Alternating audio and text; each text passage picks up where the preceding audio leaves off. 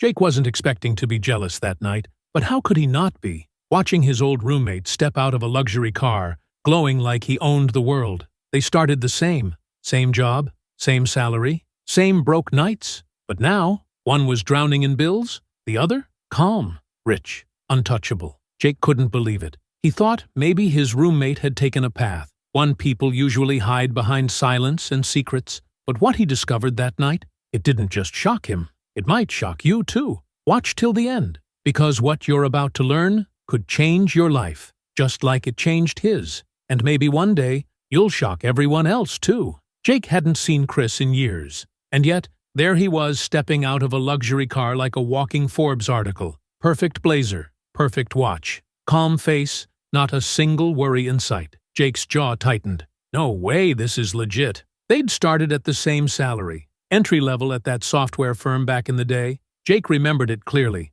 They shared rent, bought $5 pizza slices, and lived off discount store brand coffee for years. They were equals. But Chris? Now he was glowing. Not just rich, calm rich, like he didn't even think about money anymore. Chris hugged Jake like nothing had changed. Dude, I've missed you. We've got to hang sometime, man. Jake smiled politely, but inside, he was already suspicious. He made up excuses. Busy schedule, man. Work's been crazy. Chris kept trying, texting every week, inviting him over, saying he'd love to catch up. But Jake avoided him, because in Jake's head, Chris had to be into something shady. Maybe crypto scams? Maybe black market hacking? Was he flipping stolen cars from his garage at night? There was no way someone could stop working this early in life and still live like a king, legally. Jake told himself he was being smart. I'll stay clear. I'm not getting dragged into some mess. But secretly, he was curious and broke and tired of working paycheck to paycheck. One night,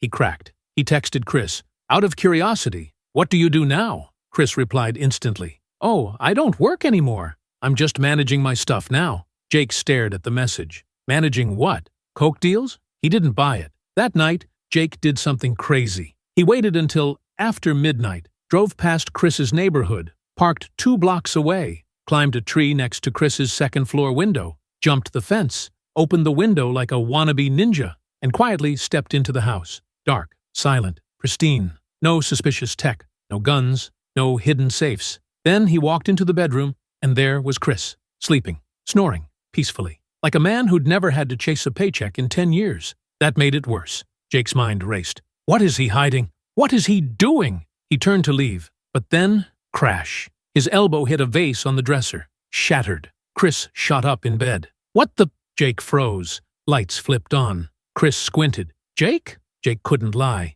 His face said everything. I thought, I don't know, man, that you were into something illegal. No one gets this rich and this free without doing something shady. Chris stared, silent. Then he laughed. Not a sarcastic laugh, not even angry, just sad. Dude, he said, rubbing his eyes, I'm not even mad. I figured that's what you thought. But I'm honestly just sad you didn't know. Jake frowned. Know what? Chris pointed to the couch. Sit, I'll tell you. And what Chris said next changed everything. He explained how, while Jake was stacking cash in his bank account like a squirrel hoarding acorns, Chris was investing. Not in crypto, not in lottery tickets, in real, boring, long-term stuff. Index funds, mutual funds, dividend stocks. He showed Jake his portfolio, built over 20 years, how he used compound interest, how he maxed his Roth IRA every year, how he didn't panic in market dips, how his money grew while he slept, literally. That's what you walked in on, by the way,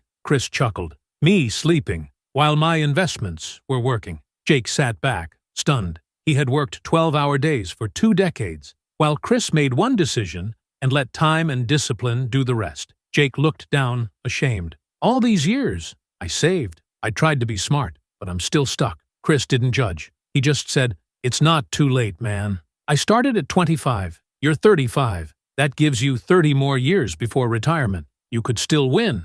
If you start now. Jake left that night shaken, but not broken. The next day, he opened an investment account. Started small, but promised himself, I may have arrived late to the party, but I'm not leaving broke.